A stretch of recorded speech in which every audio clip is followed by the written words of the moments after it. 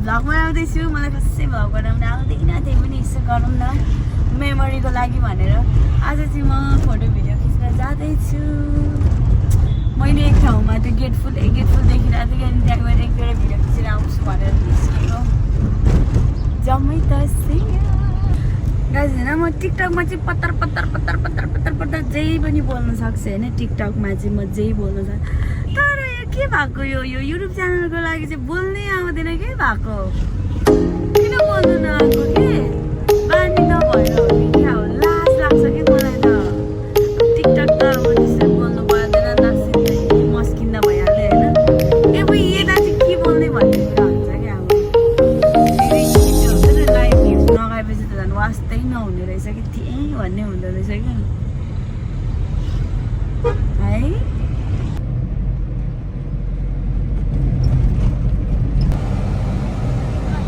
यहाँतिर त पुरा झन्डा रोपेको रहेछ त के हो सिमाना हो कि क्या हो यहाँ चाहिँ नेपालको छ नि त यसको के छ खासियत यस्तै फुलमा जानु लागेको म कुनै त मकै पाक्दैछ कुनैको पलाउँदैछ वेलकम टु के लेखेको थियो वेलकम टु ठिङ्गाबारी गाइस म चाहिँ एकदमै धेरै टाढा आइसकेँ होइन भिडियो बनाउनु हामीलाई भिडियो फोटो त खिच्नै पर्यो बनाउनै पर्यो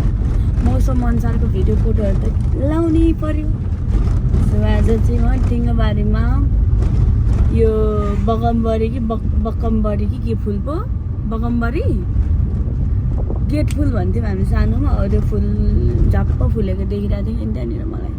मलाई फुलबारी यति मनपर्छ हरियो परियो फुलबारी ओ माई गड आई लभ फुलबारी आई लाइक फुलबारी औ आइपुग्यो गाइस म त यही हेर्नु आएको है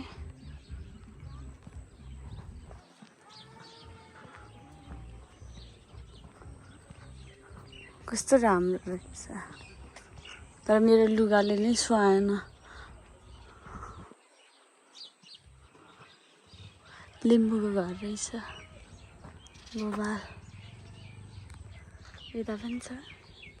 मलाई यस्तोमा कति राम्रो देख्छ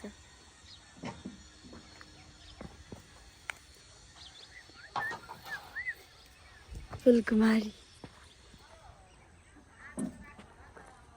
भिडियो बनाउँछु भन्छु घरि यहाँनिर घरि यत्रो देखिन्छ घरि यो यत्रो देखिन्छ होइन अन्त घरि यो यस्तो देखेर यो अनुहार यस्तो बटारी गएको देख्छु माथि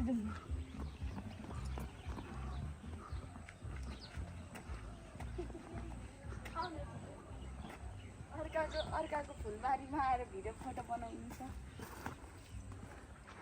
मलाई रिस चाहिँ साह्रै उठ्छ कि गाइस अब गतिलो खिचिदिएको नरिसाउनु त राम्रो आइरहेको छ नि आफूले बनायो भने ठिकै छ अरूले बनायो यत्रो यहाँ कहाँबाट यत्रो आइहालेको यो नि यस्तो भइजान्छ ल धन्यवाद मेरो भिडियो यही हो आजलाई भन्नु नमिन अब यहाँबाट अरू ठाउँ जान्छु गाइस मलाई चित्त बुझेन यहाँ है गाइस यहाँबाट म चाहिँ फर्केँ मलाई यति नि मजा आएन घाम पनि त्यस्तै खिच्ने मान्छे पनि त्यस्तै मेरो ड्राइभरले फोटो खिच्नै जान्दैन यार अर्को ड्राइभर हायर गर्ने बेला भयो जस्तो छ हेलो गाइस म चाहिँ होइन यता घर ब्याग भइसकेँ लाइक ब्याग मतलब अल्छी लाग्यो भन्दा पनि कस्तो नराम्रो आयो क्या घाम पनि टिलिक्क भयो अनि त्यस पछाडि एउटा लुगा किन्दै यो र यो टी सर्ट किनेर घर आएँ अनि म रेडी भएँ अब रेडी भएर म अब यहाँबाट अब अर्कै प्लेस जान्छु एकछिन घुम्छु आज चाहिँ फुल घुम्ने मेरो मुड बाहिर खाने घुम्ने अब जब पैसा हुँदैन नि मलाई घुम्नु बाहिर घुम्नु होइन अनि त्यस पछाडि गाइस म चाहिँ माथि गोलो भ्यू पोइन्टमा आइपुगेँ होइन अब मलाई अल्छी लाग्यो अनि यहाँ बसेर अब ब्याकग्राउन्डमा चाहिँ गीत बजिरहेको छ त्यही भएर म कराइरहेको छु यहाँनिर चाहिँ के गर्नु छ न कि बाल मतलब पनि छैन मलाई राम्री भन कि नराम्री भन मोटी भन कि ढोक्सी भन केही फरक पर्दैन मलाई आफूलाई कम्फोर्टेबल हुनु भयो त्यति हो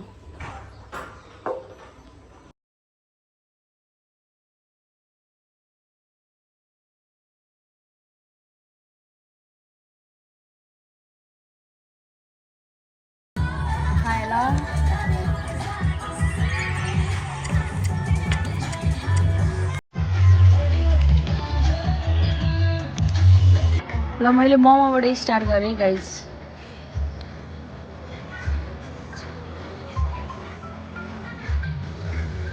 मम्मी बेसै हो अब यो गीतलाई इग्नोर गरौँ सबैभन्दा मेरो फेभरेट खानेकुरा आइसक्यो मासु मासु लभरको को हुनुहुन्छ गाइज मेरो favourite this is my favourite यो चाहिँ मलाई एकदमै धेरै मनपर्छ क्या अब यसरी खानुपर्छ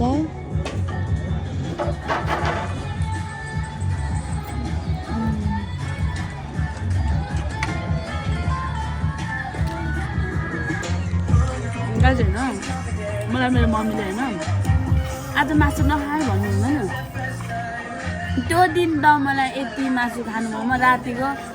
1-2 बजी भए पनि अर्डर गरेर खान्छु यो के भएको कति साह्रो राक्षस भएको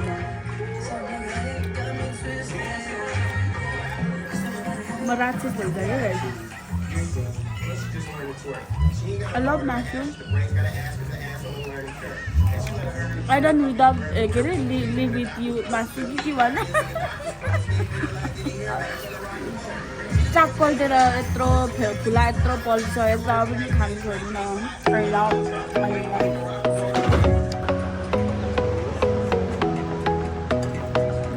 खाने तरिका है अब यो आएन हेर्छ होइन अनि यसो गरेर खानुपर्छ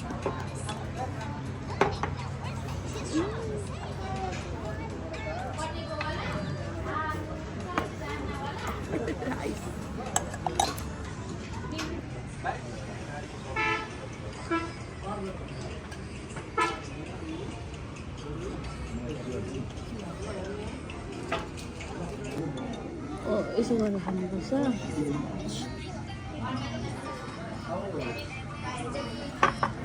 अहिले त खाइरहनुपर्छ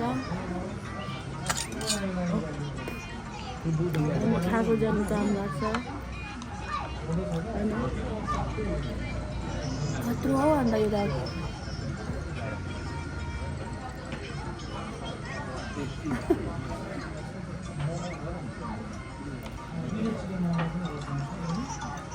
जस्तो भए पनि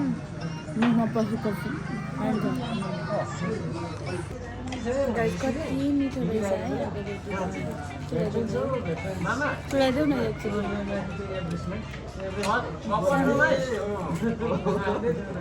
यहाँको नाम कति मिठो रहेछ तर यो पनिर चाहिँ लास्ट बिग साइज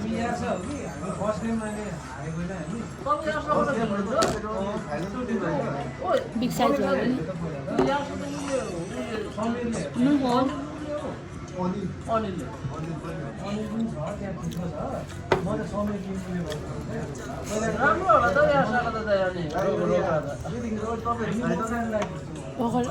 एक थाल चिकन चिली है अहिले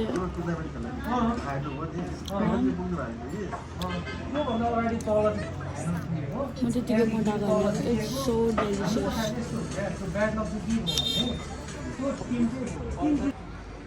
हेलो गाइस धेरै पछि यहाँ आएको अब यहाँ फर्किनै लागिसक्यो जाडो भयो खानेकुराहरू मिठो मिठो थियो so bye bye thank you so much for watching my vlog लाज हुन्छ क्या ठुलो भ्लगरहरू अगाडि बोल्नु हुँदैन धेरै